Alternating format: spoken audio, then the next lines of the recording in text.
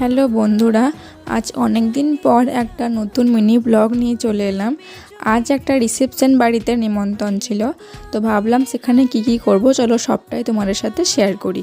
সেখানে গিয়ে প্রথমেই আমার একটা বান্ধবীর সাথে আমার দেখা হয়, এটা ওর ছেলে। আমাদের অনেক দিন পর দেখা হলো, আমরা অনেক গল্প টল্প করলাম।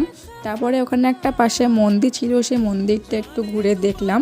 তারপর চলে গেলাম সোজা খাওয়া দাওয়া করতে। তো সেখানে ছিল প্রথমেই বেগুনি, পোলাও এবং পোলাওয়ের সঙ্গে খাওয়ার জন্য ছিল দই কাতলা। সেগুলো কমপ্লিট করতে না করতে চলে এলো সাদা ভাত, সাথে মুগ ডাল এবং 5 তরকারি। সেগুলোও খাওয়া কমপ্লিট করতে না করতে চলে এলো খাসির মাংস, যেটা খুবই গরম এবং খুবই নরম ছিল, খেতে খুব টেস্টিও ছিল। তারপর ছিল টক, যেটা আমি নিইনি, আর ছিল দই, পাঁপড়, রসগোল্লা আর জোয়ান। তো ব্যাস, খাওয়া দাওয়া করার পরে আমরা বাড়ির পথে রওনা দিলাম। তো এভাবেই আজকের দিনটা কাটালাম।